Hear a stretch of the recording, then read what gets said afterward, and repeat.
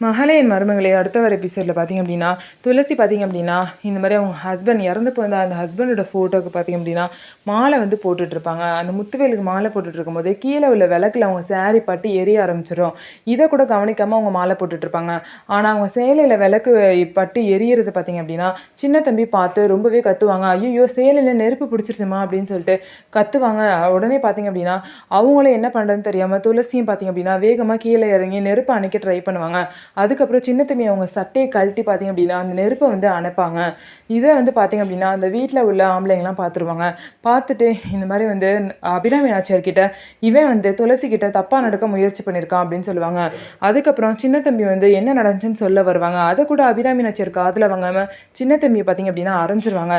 இதனால் வந்து சின்ன தம்பி ரொம்பவே வந்து பார்த்திங்கன்னா மூஞ்சி வந்து அப்படியே சோகமாக கஷ்டமாயிரும்.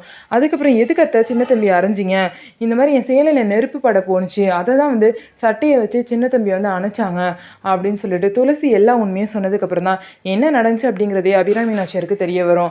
இது தெரியாமல் அவர் அடிச்சிட்டோமே அப்படின்னு சொல்லிட்டு அபிராமி நாச்சியார் பார்த்தீங்கன்னா ரொம்பவே வந்து ஃபீல் பண்ணுவாங்க. அதுக்கப்புறம் சின்ன தம்பியும் அங்கேருந்து கோச்சிக்கிட்டு போயிடுவாங்க. நம்மளை புரிஞ்சுக்காமல் நம்ம மேலே நம்பிக்கை இல்லாமல் இந்த மாதிரி அம்மா நம்மளை அடிச்சிட்டாங்களேங்கிற அந்த ஒரு கஷ்டத்தில் சின்ன தம்பியும் அங்கேருந்து போயிடுவாங்க. ஸோ இதுக்கப்புறம் என்ன நடக்க போகுது அப்படின்னு சொல்லிட்டு வெயிட் பண்ணி பார்க்கலாம். நம்ம வீடியோ உங்களுக்கு பிடிச்சிருந்தா நம்ம வீடியோவை லைக் பண்ணிக்கோங்க. மறக்காமல் நம்மளோட சேனலை சப்ஸ்கிரைப் பண்ணிகிட்டே பாருங்கள்.